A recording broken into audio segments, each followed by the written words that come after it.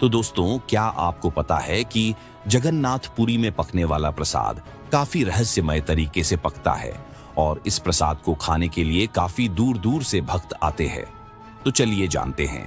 जगन्नाथपुरी में पकने वाले इस खास प्रसाद के बारे में कुछ खास और रोचक बातें जो कि आपको हैरान कर सकती हैं। तो कहते हैं कि भगवान जगन्नाथ का प्रसाद दुनिया के सभी मंदिरों के प्रसाद से भिन्न और चमत्कारिक है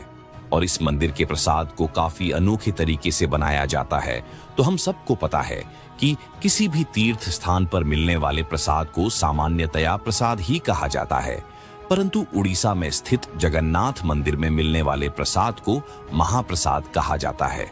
और इस प्रसाद को 500 रसोइयों में बनाया जाता है, जिसमें 300 सहयोगी इस प्रसाद को बनाते हैं। और जगन्नाथ मंदिर की इस मेगा किचन में हर रोज करीब 50 क्विंटल चावल, 20 क्विंटल दाल और 15 क्विंटल सब्जी पकती है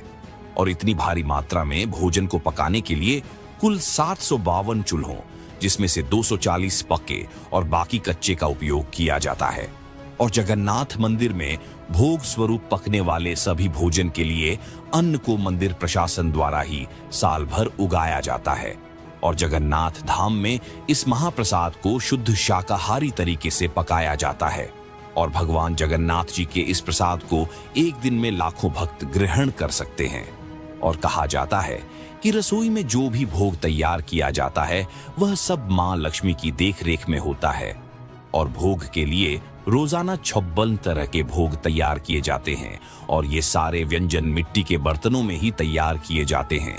और मंदिर की रसोई में प्रसाद पकाने के लिए 7 बर्तनों को एक के ऊपर एक रखा जाता है और सब कुछ लकड़ी पर ही पकाया जाता है और इस प्रक्रिया में शीर्ष पर रखे बर्तन में सामग्री पहले पकती है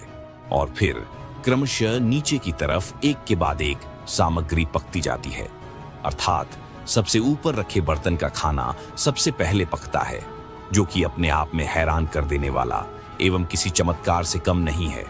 और कहा जाता है कि मंदिर में प्रतिदिन 20,000 लोगों के लिए ही प्रसाद बनाया जाता है, लेकिन त्योहार वाले दिन 50,000 लोगों के ये लिए प्रसाद बनाया जाता है। लेकिन कहा जाता है कि यदि किसी दिन लाखों लोग भी आ जाए तो भी वह प्रसाद ग्रहण करके ही जाते हैं, अर्थात कितने ही लोग आ जाएं, प्रसाद कभी भी कम नहीं पड़ता और न ही कभी काफी ज्यादा बचता, जो कि हैरान कर देने वाली बात है। और मंदिर के अंदर पकाने के लिए भोजन की मात्रा पूरे वर्ष के लिए रहती है और प्रसाद की एक भी मात्रा कभी भी व्यर्थ नहीं जाती। और यहाँ पर विमला देवी नाम से माता पार्वती का एक मंदिर है